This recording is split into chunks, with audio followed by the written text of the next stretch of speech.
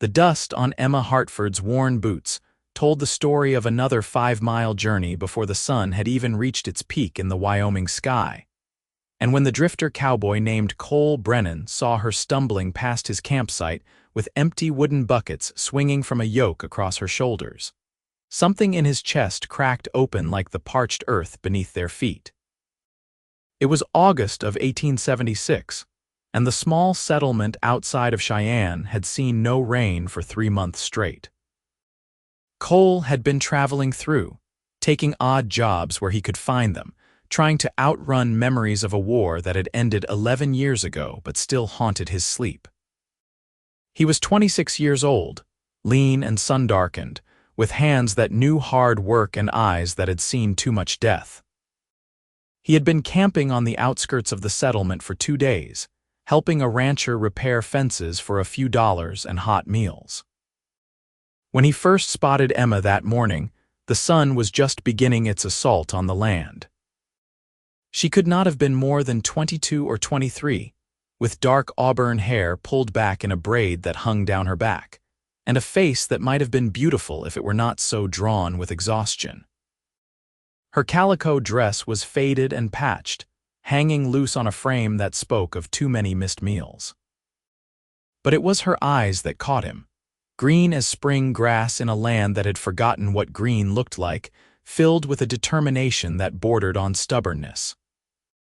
Cole watched her walk past without acknowledging his presence, her gaze fixed on the horizon where the creek still ran, 5 miles distant. He knew that creek. He had watered his horse there yesterday, 5 miles there, 5 miles back, carrying water, 10 miles before breakfast. He tried to return to the coffee he had been brewing over his small fire, but the image of her would not leave his mind. An hour passed, then another. The sun climbed higher, turning the air into something solid and suffocating. He found himself watching the eastern trail, waiting. When she finally appeared again, the buckets were full, water sloshing over the sides with each labored step. Her face was red with exertion and heat, sweat plastering strands of hair to her forehead and cheeks. She was moving slower now, stopping every few hundred yards to rest, setting the buckets down and stretching her shoulders before hefting the yoke again. Cole could not watch anymore. He stood and walked out to meet her on the trail. "Ma'am," he said, removing his hat, "those buckets look heavy." She stopped, eyeing him with suspicion. Out here, a woman alone learned to be cautious around strange men. "I can manage," she said, her voice hoarse with thirst. He noticed she had not drunk any of the water she carried. "I am sure you can," Cole replied, "but that does not mean you should have to. Let me carry them the rest of the way." "I do not need charity." Her chin lifted, pride flashing in those green eyes. "Not charity, just being neighborly." He stepped closer, keeping his movements slow and non-threatening. "Name is Cole Brennan. I have been doing some work for Frank Garrett's ranch."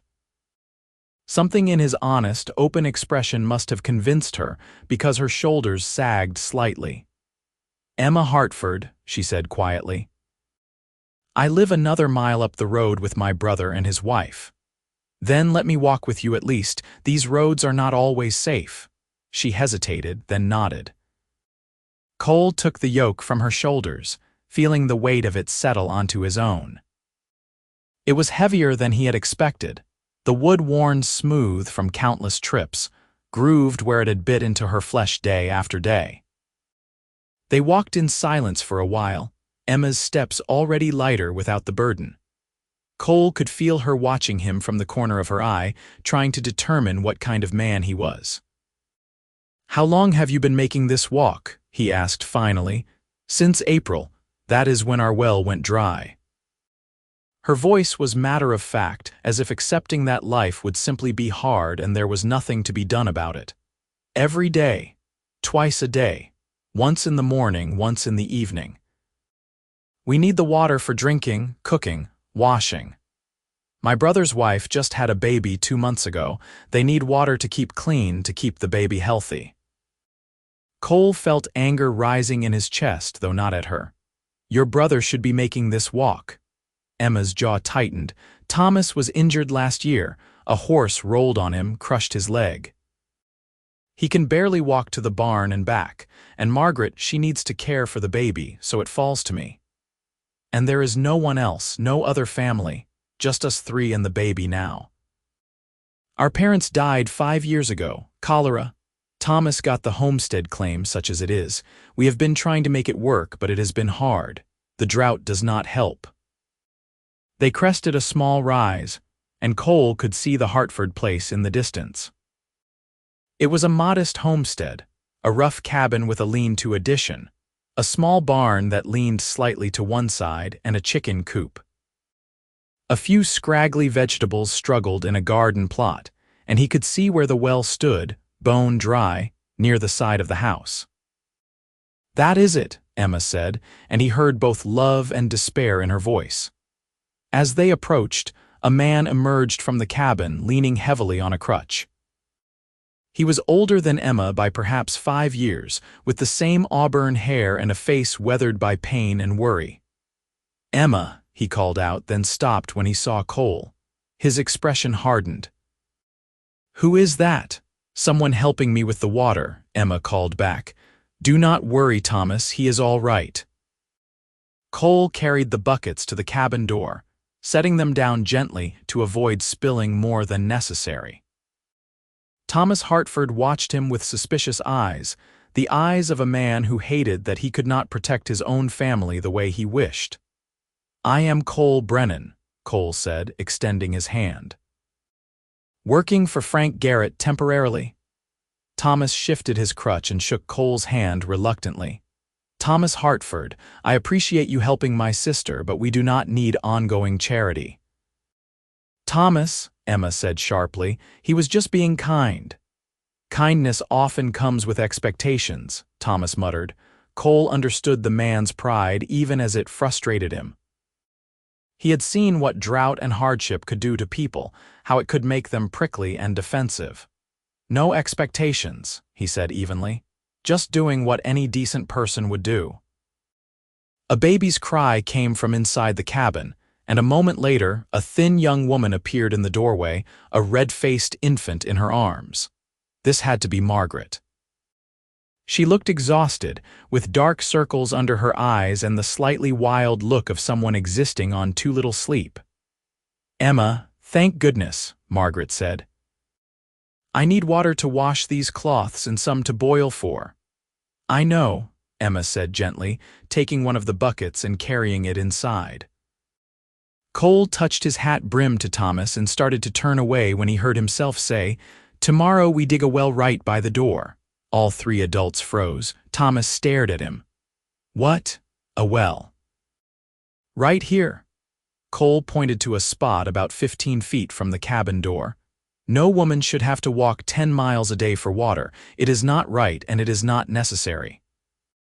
"We tried digging," Thomas said, his voice defensive. "The old well ran dry. We do not know where to dig next, and I cannot do the work myself." "I know something about finding water," Cole said. It was not entirely true, but he had watched well diggers work before, had learned some of their tricks during his years of drifting. "And I can do the digging. It will take time, but it can be done." Emma had emerged from the cabin again. She was staring at him with an expression he could not quite read. "Why would you do that? You do not even know us." Cole met her eyes. "Because it needs doing." "Because you should not have to break yourself carrying water. Because that baby in there deserves a fighting chance, and so do you." Something passed between them in that moment, something neither of them could have named. It was the recognition of someone else who understood what it meant to endure, to keep going when everything said to give up. "We cannot pay you much," Thomas said slowly, and Cole could hear the war between pride and desperation in his voice. "Room and board while I work will be payment enough. And whatever you can spare beyond that." Margaret spoke up from the doorway, her voice soft but firm. "We have a small barn with a loft. You could sleep there. And I can make sure you are fed, though it will be simple fare." Cole nodded. "That is more than fair." And so it was decided, though Thomas still looked uncertain, and Emma's expression remained guarded. Cole returned to his campsite to gather his few belongings, told Frank Garrett he would be taking on different work for a while, and by late afternoon he had settled into the Hartford barn loft. That evening he joined the family for a simple dinner of beans, cornbread, and a little salt pork. The meal was quiet, everyone exhausted from the day and still uncertain about this stranger in their midst. But Cole noticed small things. The way Emma made sure everyone else was served before taking anything for herself. The gentle way Margaret tended to the baby, a little boy they had named Samuel. The way Thomas's jaw clenched in frustration every time he had to ask for something to be passed, because standing and sitting was so difficult for him. After dinner, as the sun began to set and the brutal heat finally eased, Cole walked the property, studying the land. He was looking for signs, the things old-timers had taught him about. Where did the grass grow slightly greener? Were there certain plants that suggested water below? What did the lay of the land tell him about how water might flow underground? Emma found him standing near a cottonwood tree about 20 yards from the cabin, his eyes closed, feeling the evening breeze. "What are you doing?" she asked. "Listening," he said. "Thinking. Trying to feel where the water wants to be." She stood beside him in silence for a moment. "Can you really find it? Water, I mean." "Honestly, I do not know for certain. But I have seen it done and I am going to do my best." "Why?" The question was soft, genuine. "You could have just kept riding. This is not your problem." Cole opened his eyes and looked at her. In the fading light, she seemed both fragile and incredibly strong, like a young tree that had weathered too many storms but somehow still stood. "Maybe I am tired of riding past problems. Maybe I need to be the kind of man who does something about them." Emma studied his face for a long moment. "You are running from something." It was not a question. Cole felt his chest tighten. "We are all running from something. And what are you running from?" He was quiet for so long she probably thought he would not answer. Finally, he said, "The war, things I did, things I saw. The person I was then. The war was 11 years ago. Some things do not let you go just because time passes." Emma nodded slowly. "My parents died 5 years ago, and some mornings I still wake up thinking I hear my mother singing in the kitchen. I understand about things that do not let go." They stood together in the gathering darkness, two damaged people who had somehow found each other in the vast emptiness of the Wyoming plains. "I should go in," Emma said finally. "Margaret will need help with Samuel." "Emma," Cole said as she started to turn away, "tomorrow I start digging, but I want you to promise me something." "What?" "Let me go fetch the water in the mornings until the well is done. You can make the evening trip if you must, but let me take the morning one. You are exhausted. Let someone help you." Pride warred with exhaustion in her expression. Exhaustion won. "All right," she whispered. "Thank you." That night, lying in the barn loft with his horse nickering softly in the stall below, Cole stared at the rough wooden beams above his head and wondered what he had gotten himself into. He had been drifting for so long, never staying anywhere more than a few weeks, never letting himself care about anyone or anything. It was safer that way. Caring led to loss, and he had lost enough. But when he closed his eyes, he saw Emma's face, saw the determination and strength and vulnerability all mixed together, and he knew he was not going anywhere. Not yet. Not until he had given this family the well they needed. The next morning, Cole rose before dawn and made the 5-mile walk to the creek. He borrowed Thomas's old horse, a gentle mare named Bess, and rigged up a travois to carry larger containers. It was still hard work, but nothing compared to what Emma had been doing on foot. By the time he returned, the sun was fully up and the family was stirring. Emma met him outside, her eyes red-rimmed as though she had not slept well.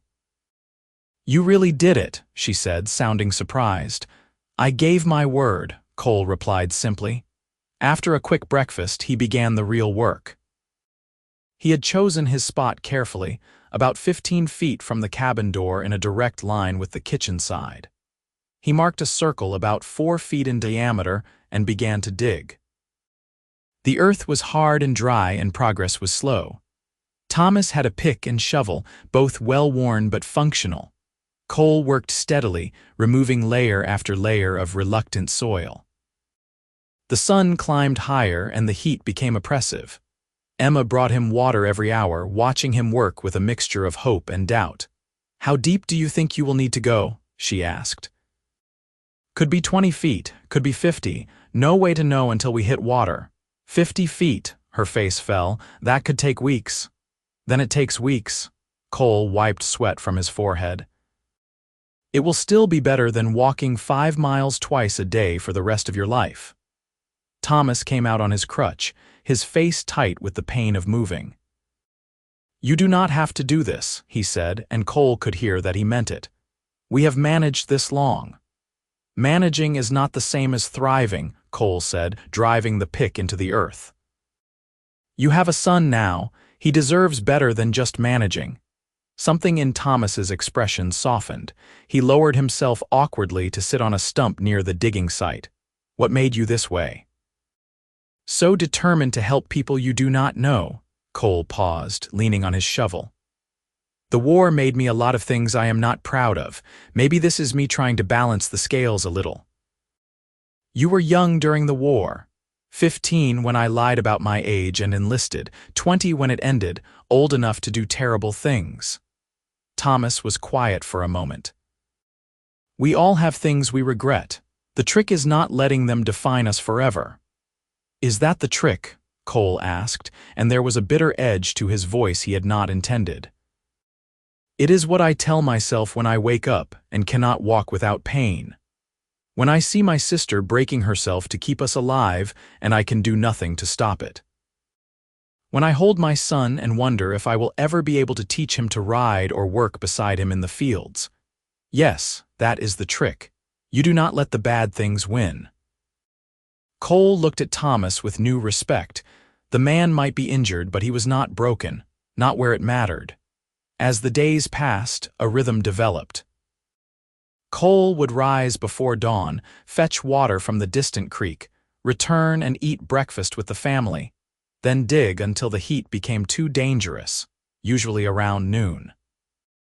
He would rest in the barn during the worst of the afternoon heat, then dig again in the evening until darkness fell.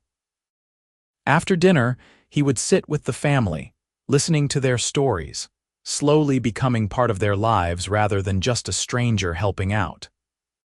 Emma still made the evening water run, and though Cole offered repeatedly to take that one too, she refused. "I need to do something," she insisted. "I cannot just sit idle while you work yourself half to death for us." But on the 4th day, Cole insisted on going with her. "2 of us can carry more water with less effort," he said. "It just makes sense." She had looked at him with those green eyes, seeing through his excuse to the real reason, which was that he simply wanted to spend time with her. But she had not called him on it, had just nodded and handed him a bucket. They walked together in the relative cool of early evening, not talking much at first, just comfortable in each other's presence. But gradually, they began to open up. Emma told him about growing up on the homestead, about how her father had been a dreamer who always thought the next year would be better, the next harvest bigger. About how her mother had been the practical one, the one who actually kept them fed and clothed. About how losing them had shattered her world, but she had kept going because Thomas and Margaret needed her. Cole told her about his own family, all gone now. His parents had died of fever when he was 12. His older brother had been killed at Shiloh. He had no one, was tied to nothing, belonged nowhere. He had thought that was freedom, but lately it had begun to feel more like emptiness. "Do you ever want to belong somewhere again?" Emma asked as they filled their buckets at the creek. "I did not think I did," Cole admitted. "But lately I am not so sure. Their eyes met over the water and something electric passed between them. Cole felt his breath catch. Emma looked away first, color rising in her cheeks. On the walk back, their hands brushed accidentally and neither of them pulled away. By the end of the first week, Cole had dug down 12 feet. The earth was becoming harder, more rocks and clay mixed in with the soil. His hands were blistered despite his calluses, his back ached, and his shoulders burned. But he kept digging. Margaret noticed his condition and began making poultices for his hands, insisting he let her treat the blisters before they became infected. "We cannot have you getting sick," she said firmly. "We need you." It was such a simple statement, but it hit Cole hard. When was the last time anyone had needed him? When had he last mattered to anyone? Thomas began sitting outside during Cole's digging sessions more regularly, offering advice and encouragement, sometimes telling stories to pass the time. Cole learned that Thomas had been a talented horseman before his injury, that he had dreamed of breeding quality stock. The accident had destroyed those dreams. "But I have Samuel now," Thomas said, watching Margaret through the cabin window as she nursed the baby. "That is a different kind of dream, maybe a better one." At night, after everyone else had gone to bed, Cole and Emma began to linger outside, sitting on the porch step together, talking in low voices beneath the vast canopy of stars. They talked about everything and nothing. Books they had read, places they had seen, dreams they had harbored. "What do you want?" Cole asked her one night. "If you could have anything in the world, what would it be?" Emma was quiet for a long time. "I want to feel safe," she said finally. "I want to wake up in the morning and not be afraid that we will lose the homestead, that Samuel will get sick, that Thomas will get worse. I want to plant a garden and know it will have enough water to grow. I want to take a bath without worrying we are wasting precious water. I want—" She stopped, her voice catching. "What?" Cole prompted gently. "I want someone to see me," she whispered. "Not just Emma who fetches water and cooks meals and does what needs doing, but me, the person I am underneath all that." Cole reached out slowly and took her hand.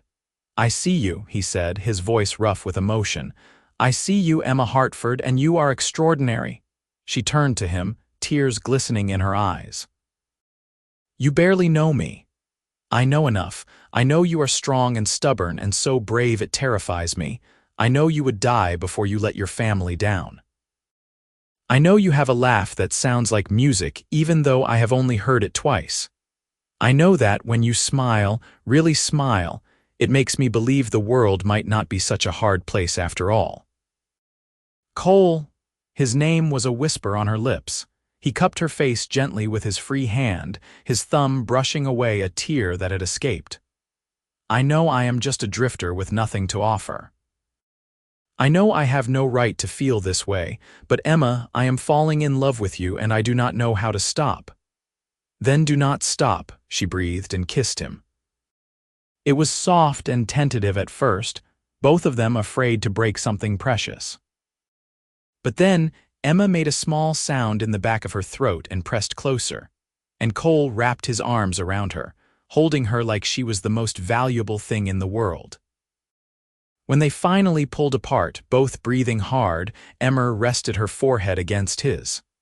"I am falling too," she admitted. "I tried not to. I told myself you would leave when the well was done. But I cannot help it." "What if I did not leave?" Cole asked. "What if I stayed? Could you really stop drifting and settle down in one place?" "For you, yes." "Emma, for you I would do anything." They kissed again, longer this time, deeper, and when they finally went inside to their separate beds, both of them knew that everything had changed. The next day, Cole attacked the well with renewed determination. He was digging for their future now, not just solving a problem, 15 feet deep, 18 feet, 20 feet.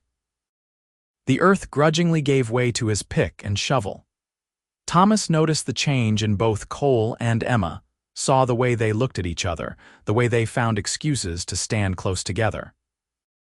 He said nothing at first, but one afternoon when Emma had gone inside to help Margaret, he spoke. "You care about my sister." It was not a question, but Cole answered anyway. "I do, very much.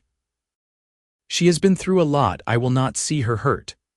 "Neither will I," Cole said firmly. "Thomas, I know I have nothing much to offer. I have my horse, my saddle, and about $80 saved up.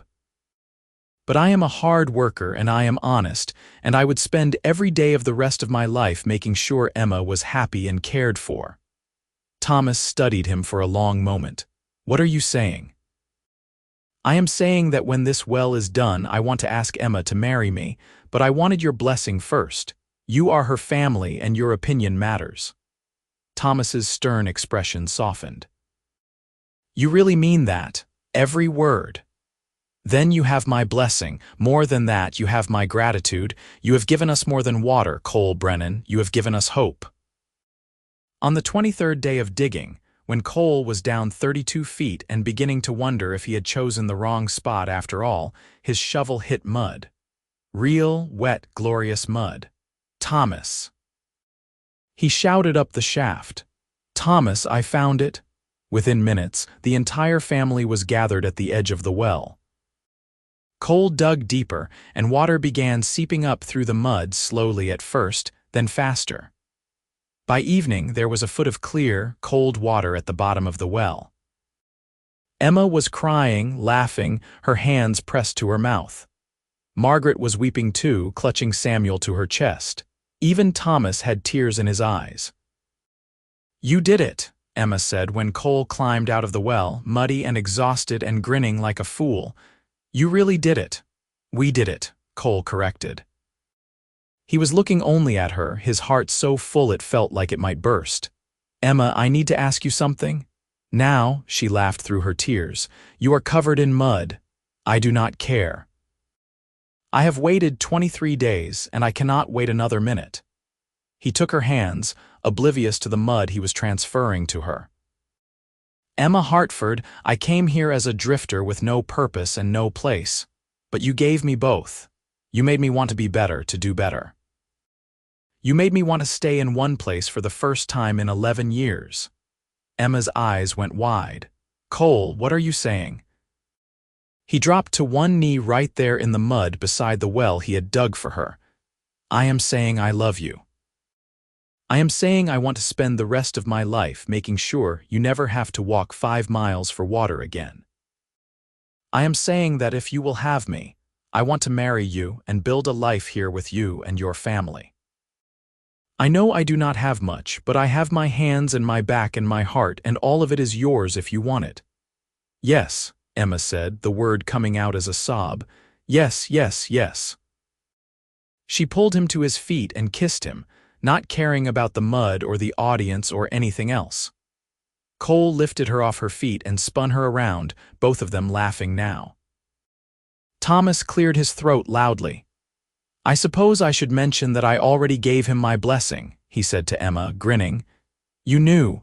Emma turned to her brother, her face flushed and radiant. "A blind man could see how he feels about you, and more importantly, how you feel about him." Thomas hobbled forward on his crutch and extended his hand to Cole.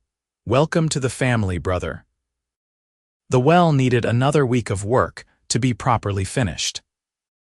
Cole lined it with stones to keep the sides from collapsing, built a wooden frame and pulley system over the top, and fashioned a sturdy bucket on a rope. When it was done, Emma could walk 15 feet from her kitchen door and draw all the water they needed. That first morning when she drew a bucket of cold, clear water from the new well, Emma cried again. "I cannot believe it," she kept saying. "It is right here, right by the door, just like you said." Cole wrapped his arms around her from behind, resting his chin on top of her head. "I told you, no more 5-mile walks for you."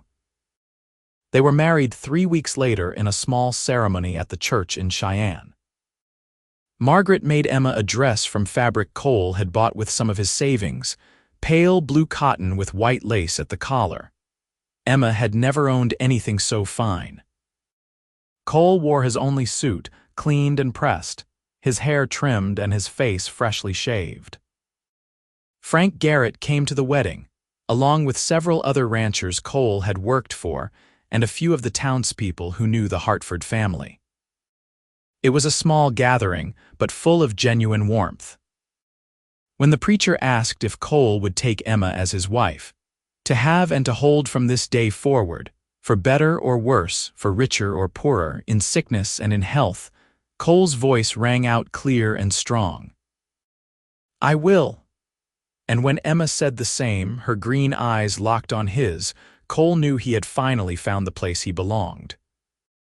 They held the reception at the homestead, with food everyone had brought to share.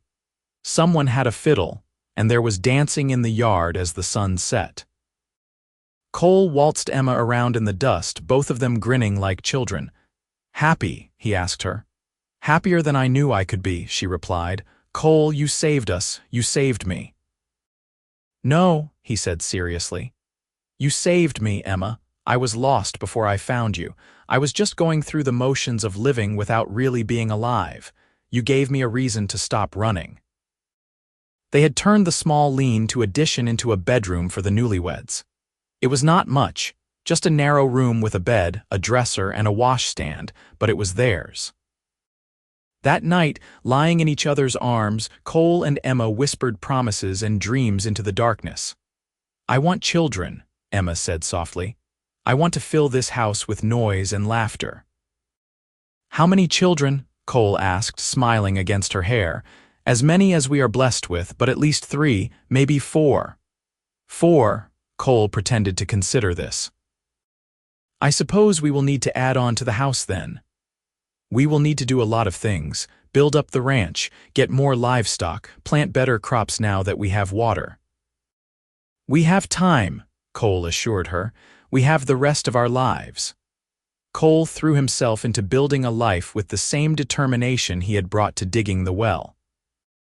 He used the remainder of his savings to buy lumber and supplies, and began expanding the cabin. He and Thomas, working together despite Thomas's limitations, added 2 more rooms over the course of that fall and winter. Cole also hired himself out to neighboring ranches, bringing in steady income. He was known as a hard worker and an honest man, and people were willing to pay for his labor. Every dollar he earned went into the homestead, into supplies and livestock and improvements. By the spring of 1877, they had repaired the barn, expanded the chicken coop, and purchased 3 milk cows and a small flock of sheep. Cole and Thomas worked the land together, Cole providing the physical labor while Thomas managed the planning and finances from his seat on the porch or in the cabin. Emma planted a large garden, and with the well providing abundant water, it flourished. They had more vegetables than they could eat, and Emma began selling the surplus in town. The money was not much, but it helped, and more importantly, it gave Emma a sense of pride and accomplishment. Margaret slowly regained her strength as the burden of survival eased. With water readily available, she could keep the house cleaner, do laundry more regularly, and maintain better hygiene for little Samuel. The baby thrived, growing chubby and healthy. In June of 1877, Emma told Cole she was expecting their first child. He had lifted her up and spun her around just as he had the day he proposed, both of them laughing and crying at once. "When?" he asked. "February, I think, maybe late January." Cole placed his hand on her still flat stomach with a sense of awe. "A baby, our baby. Are you happy?" "Emma, I am so happy I can hardly breathe." As Emma's pregnancy progressed, Cole became even more protective of her. He would not let her lift anything heavy, insisted she rest every afternoon, and worried constantly that she was not eating enough. "Cole, I am pregnant, not dying," Emma would laugh. "Women have been doing this since the beginning of time." "You are my wife, and I am allowed to worry," he would reply stubbornly. In February of 1878, after a long night of labor, Emma gave birth to a healthy baby boy. They named him Jacob, after Cole's father. Cole held his son for the first time with shaking hands, terrified and elated in equal measure. "He is perfect," he whispered. "He has your eyes," Emma said tiredly from the bed. "And your stubbornness, I suspect," Cole teased. Jacob was a good baby, quick to smile and slow to fuss. Cole was a devoted father, rising in the night to help with feedings, walking the floor with the baby when he was restless, singing off-key lullabies that made Emma giggle. Thomas and Margaret's son Samuel was now 18 months old, toddling around and getting into everything. The two cousins would grow up together, more like brothers than cousins. The homestead continued to prosper. In the fall of 1878, they had their best harvest yet. Cole and Thomas had expanded their cultivated land, and the crops brought in enough money to pay off some debts and save a little for the future. Emma was pregnant again by that winter, and in August of 1879, she gave birth to a daughter they named Sarah, after Cole's mother. Sarah had Emma's auburn hair and green eyes, and Cole was wrapped around her tiny finger from the moment she was born. "Two children," Emma said, nursing Sarah while Jacob played at her feet. "We are becoming a real family." "We were always a real family," Cole said, "but yes, it is getting bigger." Life settled into a comfortable rhythm. The children grew healthy and happy. Jacob was curious and adventurous, always exploring and asking questions. Sarah was quieter, more contemplative, content to sit and watch the world around her. In 1880, Thomas and Margaret had another child, a daughter named Ruth. The homestead was full of children and noise and life, exactly as Emma had dreamed. Cole never stopped being grateful for the well that had brought him into this family. Sometimes, in the early morning, he would go stand by it and remember that day he had first seen Emma walking past with her empty buckets. He would think about how close he had come to just riding on, to never stopping, to never knowing this life was possible. "What are you thinking about?" Emma asked one morning, coming up beside him with 3-year-old Jacob on her hip and 5-year-old Sarah holding her hand.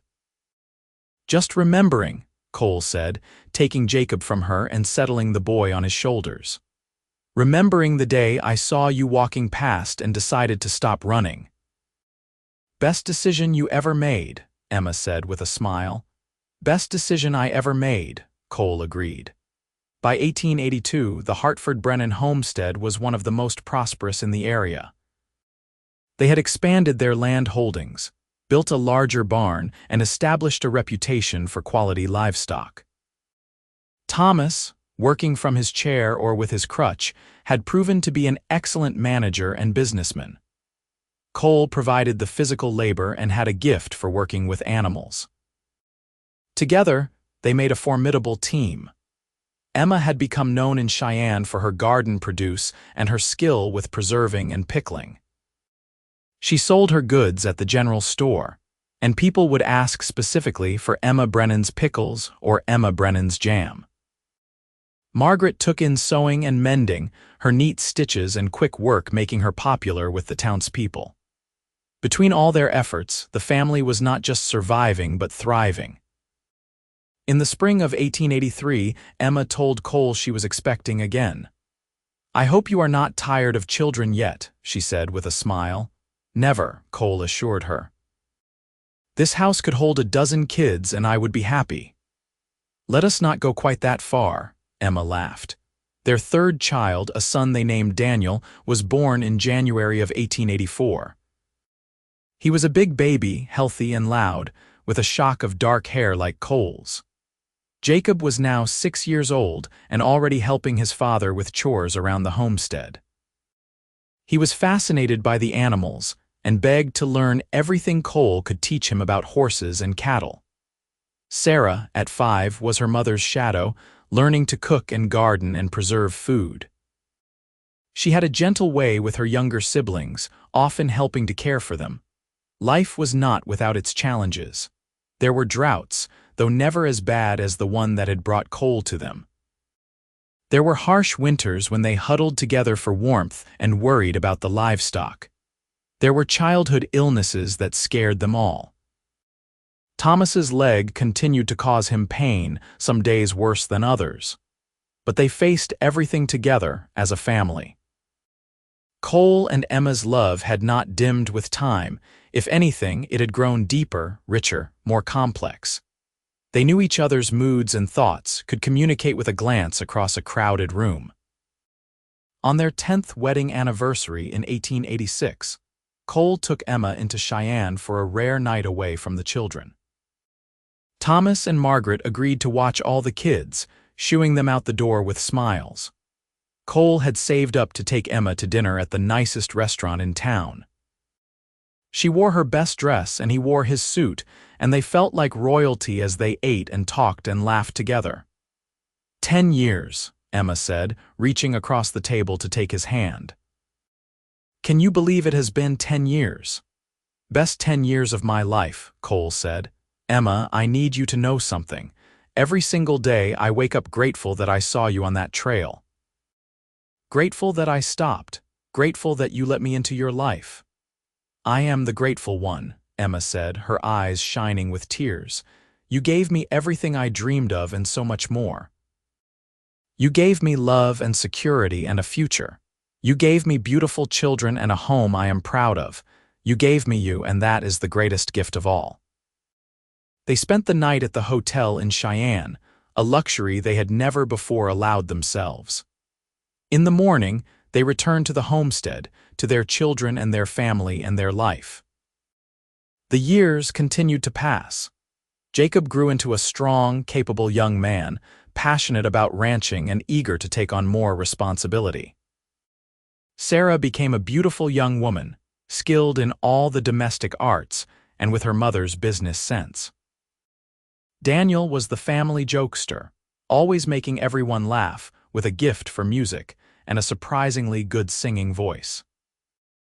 Thomas's leg eventually forced him to use a wheelchair most of the time, but his mind was as sharp as ever, and he ran the business side of the ranch from his chair with skill and precision. Margaret grew into a formidable matriarch, keeping everyone organized and fed and clothed. Samuel, their nephew, grew into a fine young man who helped Cole with the heavy ranch work. Ruth, their niece, was as sweet-natured as her mother, with a gift for healing and a gentle touch with sick animals or people.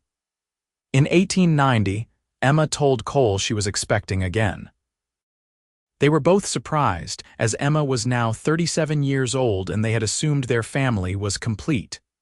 Another one, Cole said, his hand on her belly. Are you all right with this? I am more than all right, Emma assured him. Every child is a blessing. Their fourth child, a daughter they named Grace, was born in early 1891. She was a tiny, delicate thing, so different from their other robust children. But she was healthy and happy, and the entire family doted on her. Our surprise blessing, Emma called her. Cole was 51 years old now, his hair streaked with gray, his face lined from years in the sun. But he was healthy and strong, still able to work a full day on the ranch. Emma was 37, still beautiful, her auburn hair now threaded with silver. They would sit on the porch in the evenings, watching the children play and marvel at the life they had built. Do you ever think about what your life would have been if you had kept riding that day? Emma asked one evening. Cole considered this. Sometimes, but I cannot imagine it. This life, this family, you are so much a part of me now that I cannot picture myself without it. I think you would have stopped eventually. You would have found some place to belong. Maybe, Cole allowed, but it would not have been the same. It would not have been you. In 1895, Jacob married a young woman from a neighboring ranch, a sweet girl named Elizabeth. They built a small house on the edge of the Hartford Brennan property and started their own family. Cole and Emma's first grandchild, a boy named Thomas after Emma's brother, was born in 1896. A grandfather, Cole said, holding the infant with the same awe he had felt holding his own children. I am a grandfather. And I am a grandmother, Emma said, laughing. "We are getting old, Cole Brennan." "Never," he said, kissing her softly. "We are just getting started."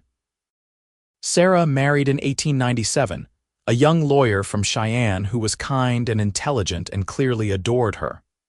They moved to town, but visited the ranch often. Daniel showed no interest in marrying yet, content with his life on the ranch and his music. And Grace was only 6 years old, still a child. Thomas Hartford died peacefully in his sleep in 1898 at the age of 53. It was his heart, the doctor said.